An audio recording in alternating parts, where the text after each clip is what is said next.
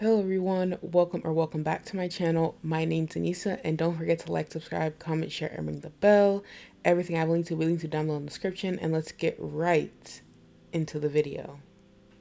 So for today's video, I'll be doing a press-on set on my little sister. This is from Halloween, and yes, I've already removed the shine from the natural nail. Some steps I do have in text, so just be on the lookout. Some things I have in text, some things I don't. So I have a little armrest underneath her hand to try and stop her from moving, but that did not work. But I'm using short almond full cover tips from Amazon, and I have used these before on myself. It's in that that live I did when I did acrylic and gel on my left and right hand. So I'm gonna go ahead and just glue those on. I already matched up her sizes, removed the shine from her nail, removed the dust, dehydrated, and glued this on. If you do it this way, they'll last for like 3 days, maybe even more, depending on what you're doing. And if you just want like a 1-day wear, only do sticky tabs and they'll come off pretty easily after that. Like you can buff the nail and put the sticky tab on and then keep it moving. But if you don't prep the nail and you just put the glue on, again, it'll last for like a day. But all I'm doing is making sure that there's enough glue to where when I put it on, the glue will spread across the entire nail without it seeping out the sides. I glued my finger on accident right there. And with these full cover tips, you want to make sure they fit from sidewall to sidewall and the cuticle area is right. And that's how you know what size it is. And of course, I use the smallest size just for her because she's a child. So this was for her costume because this is from Halloween. So it is very spooky theme. Like I said, I'm trying to get these videos out I did in October. I have recorded a lot of Christmas ones, so a lot of content there. I'm using 80/80 grit hand files, and I'm reshaping her pinkies only for now. And go ahead and reshape if you have to, but if you don't have to, don't worry about it. And you want to make sure you remove the dust. But right now, I'm cleaning up her cuticle area, and I'm also removing the shine from the nail. You can do this with a buffer, a file, and I'm doing it with the e-file. This is a 180 grit sanding band, and I'm just going to remove the shine from all the nails so that way the gel polish sticks and does not peel off.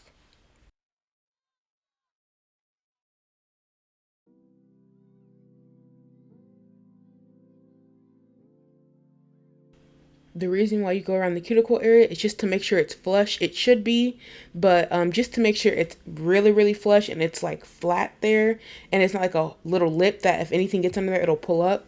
Um, just go ahead and use your sanding band or something like that, but you just need to get close in there. So after all that filing's done and it's been dusted off, you want to make sure you wipe it with some alcohol or something like that just to make sure all the dust is gone.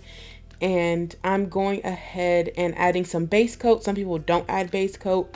I personally do, just because it prevents a lot of peeling from what I've noticed. Because like I said, it's for Halloween and she's a kid, so she's going to be doing a lot of moving around. I keep her on 20 seconds. There was the little charms I'm using. They're from Amazon.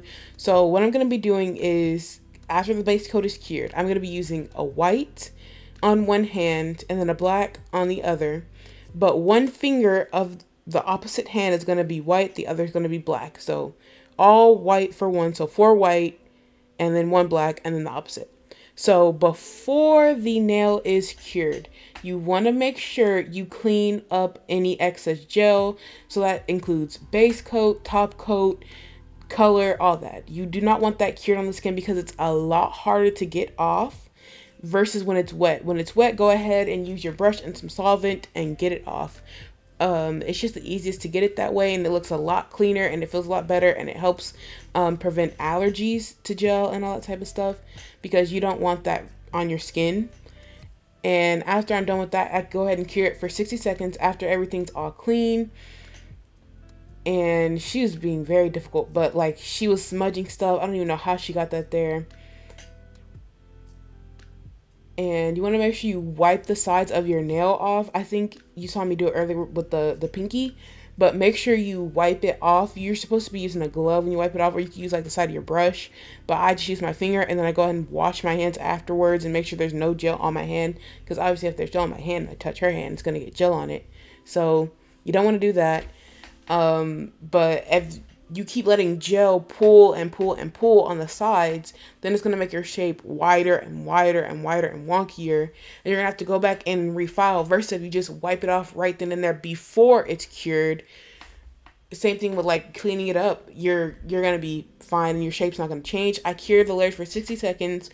In between, you do not want to flash cure gel. I know you can, I think you can cure this Model 1's polishes that I'm using for 30 seconds and they should be fine. I think I tested it maybe, but I go ahead and do it for 60 because when I do any press-ons, I like to make sure every single layer is fully cured, because it just feels weird to me if I'm doing a design, I'll do like 30, but certain colors like the black, you want to do it for 60 just in case it wrinkles. And wrinkling is a lot harder to fix than just to cure it for a full 60 seconds. It looks kind of messy right here, but like I said, it will be getting cleaned up. The reason why it's so messy because she was moving a lot. But it's my little sister. She does this all the time. I'm used to it. She's fine with it. At the end, I do have to go in with the cleanup bit though to go ahead and get any cured gel off. Just because, like I said, she was moving a lot. And so even in the lamp, she was like twisting her hand, I guess. And so she didn't tell me about it. So when I went to put the cuticle oil on her hand, there was gel around her finger, like all cured on the side. And I was like, girl, what? And so I had to clean it up and it's just a mess. But anyways, after I'm done applying this, I will go in with a second coat. I don't know if I left it on camera or not, but you do want to use 2 coats unless 1 coat was good for you, but you want to do thin layers, not thick, because it'll be hard to cure and create wrinkling if it's too thick.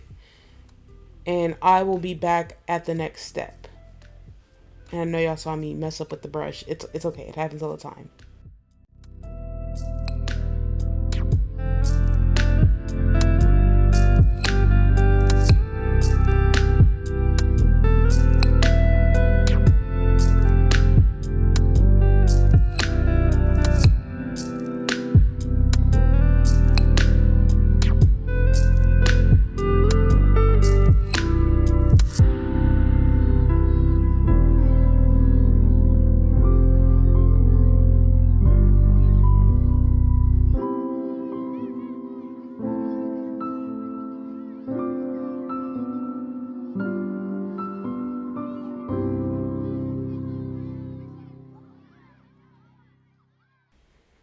So this is Model 1's black and white.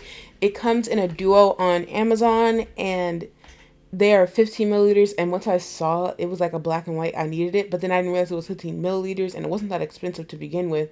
So I was like, okay, let me get it. And it was 15 milliliters. And these bottles are huge and it's a good formula. It's nothing crazy. You will definitely enjoy this if you get it. Like if you need a black and white, it's a good alternative. For getting like 1 black, 1 white, and then having like little bottles because they are your primary colors you will use all the time. So yes, I'm doing a second coat just to make sure that there is no streaks. Well, there really was no streaks because of the pigmentation of the colors, but just to make it way more opaque, because sometimes it can be a little bit too sheer with just 1 coat if you're doing it really thin like I am. And she's looking at the charms right there, but I went ahead and was wiping off her skin with acetone. I was using alcohol at first, but it wasn't getting it up. It was just too smooth, and we didn't know what we want to do. And here I am showing you guys these stickers we got. They glow in the dark. I went ahead and bought these just for her. So now on to the design. So these stickers are glow in the dark. And I don't think they sell these. Well, they probably do because you can buy anything any season. But I bought this off of Amazon a couple weeks before Halloween. And so I just put the skeleton hands because she's supposed to be a skeleton. That's what she was supposed to be, but she just put on a jumpsuit. But a costume is a costume. So I went ahead and put those on her. So these are the ones from Bomb Nails, the Halloween bundle. And in the video, I said, oh, here's some foils. And then I did this video and I was like, oh, there's foils. Like, I just thought it was like one in there. And then I think I watched like Jenny G's video, and she gets these all the time from like Amazon and AliExpress and all that stuff. So once I saw there was a lot in there, I was like, oh my gosh, there's a lot in there. So I definitely had to use this because it came in the bundle, right? And it's Halloween. So what I'm doing right now is putting a Macart foil glue gel on there and curing it for 30 seconds, letting it cool off, right? Because those just came out of the lamp. So I want it to cool off, and then I'm going in and placing my foil on there and rubbing it really, really, really good. You don't want to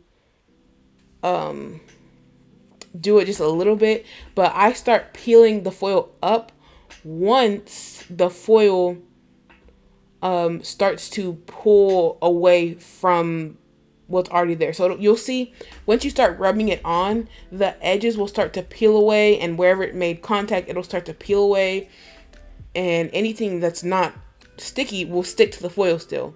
So you will have a hard time pulling the foil up. So now I'm going to use the Macart Rhinestone Glue Gel. They changed their packaging to something more simplistic, I guess. And this was like my second or my first time using it. And because it was kind of cold that day. So it is really hard to get out when it's cold. Like, look how hard I'm squeezing and it's not coming out. So you want to make sure your area is not that cold. Because this bottle will not want to come out. And I put little skeleton charms on there. I think I put a hand charm maybe, and I put like the little beanbag thing, the beanbag monster from The Nightmare Before Christmas. They had one of him on there. I put him on there in different colors, I think, and I put one with bling on it. So now I'm going to be doing a sugar nail. I love these, but now I'm doing pixie crystals. I've never done that on this channel before, and I've seen everybody else do it, and I want to try it for myself, so I went ahead and bought these. These aren't mini pixie crystals. They're just regular. So what you're going to do is you're going to get a thicker gel, like a base coat gel, but not too thick. Like, you don't want to use a hard gel for it. That's too thick. But you want to go ahead and get your base coat gel and pat these crystals into there, and make sure your shape is not wonky, and go ahead and wipe off any crystals that are messing with your shape. So just wipe them on the side.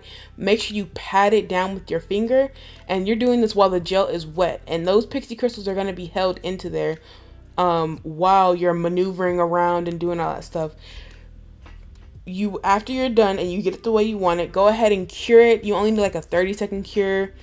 Because this gel cures very, very well, and make sure there is no gel on the skin or it will burn. So I did another pixie nail, and I made sure this time to use a little scooper because these were already like pulled out. And so I did a little ombre is what this was. And this was a complete freestyle. We had no clue what we were doing. And I was just like, I'm going to put everything Halloween on there. And she was like, okay. And we just did that.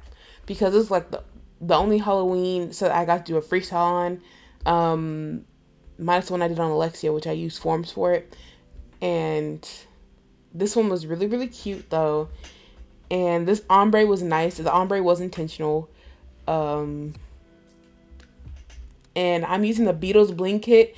So this Beatles Bling Kit comes with the bling you see here, right? The little bling tray. 2 bling trays. That bling right there, this wax pencil, and it comes with a pot of bling gel, and it comes with a brush that has a side for you to pick the gel up with, and like a little dotting tool to move around the crystals with, or you can put like a little blob of gel there. It's whichever one you want. And so I went ahead and put some crystals on there because I do have like a scream charm with some crystals on it, so I wanted to match. So on the black nails we have clear crystals, on the white nails we have pixie crystals.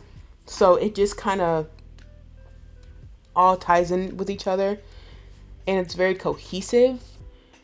I think it's literally just a ton of Halloween stuff. But I'm gonna let you guys watch me do some bling placement because I was getting into bling placement kind of sorta. At this time, I'm still learning how to do it, but this is when I was like, okay, I have to use it because at first I hated it. I didn't want to use it. I didn't know how it worked. And so now doing bling stuff, I'll let you guys watch this until I go on to something different.